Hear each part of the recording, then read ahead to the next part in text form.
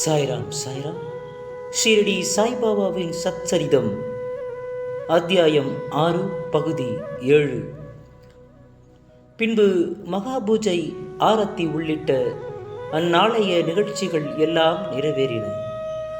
பிறகு திரு மகாஜனி பாபாவிடம் தொட்டிலை அப்புறப்படுத்த அனுமதி கேட்டார். இன்னும் விழா முடியவில்லை என கூறி பாபா மறுத்துவிட்டார். அடுத்த நாள் கீர்த்தனையும் கோபால் காலா விழாவும் நடைபெற்றன.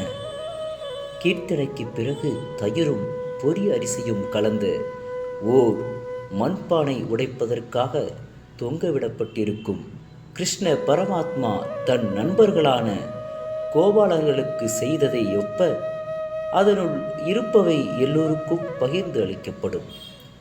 அதன் பின்னரே பாபா தொட்டிலை அப்புறப்படுத்த அனுமதித்தார். இவ்வாறாக ஸ்ரீராம நவமி திருவிழா நடைபெற்று கொண்டு இருக்கையில் பகலில் 2 கொடி ஊர்வலமும் இரவில் சந்தனக்கூடு ஊர்வலமும் வழக்கமான கோலாகலத்துடனும் அனைவரின் ஆரவரத்துடனும் நல்ல முறையில் நடைபெற்றன. இத்தருணத்திலிருந்து பாபாவின் உருஸ் விழாவானது ஸ்ரீ ராம நவமி திருவிழாவாக மாற்றப்பட்டது. அடுத்த ஆண்டிலிருந்து 1913 ஸ்ரீராம நவமியின் நிகழ்ச்சிகள் அதிகரிக்க ஆரம்பித்தன.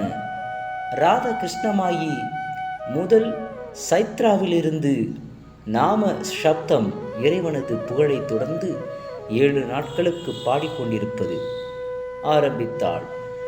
எல்லோரும் முறை வைத்து பங்கெடுத்து கொண்டனர். அவளும் சில நாட்கள் அதிகாலையில் கலந்து கொண்டாள். நாட்டின் எல்லா பகுதிகளிலும் ராம நவமி கொண்டாடப்படுவதால் ஹரிதாசை பாடகர் பெரும் கஷ்டமானது மீண்டும் உணரப்பட்டது. ஆனால் விழாவிற்கு 5 அல்லது 6 நாட்களுக்கு முன் நவீன துகாராம் என்றறியப்பட்ட பாலபுவா மாலியை தற்செயலாக மகாஜனி சந்தித்தார். அவரை அவ்வாண்டு கீர்த்தனை புரிய செய்தார். அடுத்த ஆண்டு 1914 ஷாதாரா ஜில்லா ஃபிர் ஹாஸ் சித்த கவடே நகரைச் சேர்ந்த பாலபுவா ஷாதாகர் என்பவர் தமது நகரில் பிளேக் பரவியிருந்ததா காரணத்தால் அங்கு ஹரிதாசாக பாடகர் இயங்க முடியவில்லை. எனவே ஷீரடிக்கு வந்து காகா சாஹிப் மூலம் பெற்ற அனுமதியுடன் கீர்த்தனை செய்தார். ஸ்ரீ சாயை பணிக. அனைவருக்கும் சாந்தி நிலவட்டும். சாய்ராம் சாய்ராம். நன்றி, வணக்கம். This video is sponsored by Mode Shopping app.